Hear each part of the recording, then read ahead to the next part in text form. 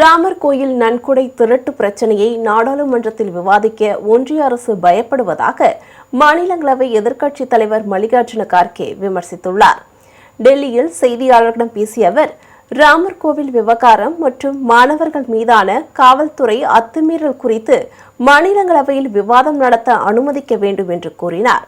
அப்போதுதான் உண்மை தெரியவரும் என்றும் அவர் குறிப்பிட்டார்.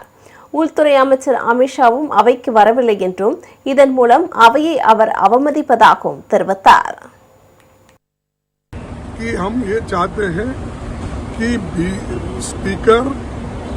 चेयरमैन दोनों मिलके दोनों हाउस में डिस्कशन के लिए वे परमिशन दे और डिस्कशन.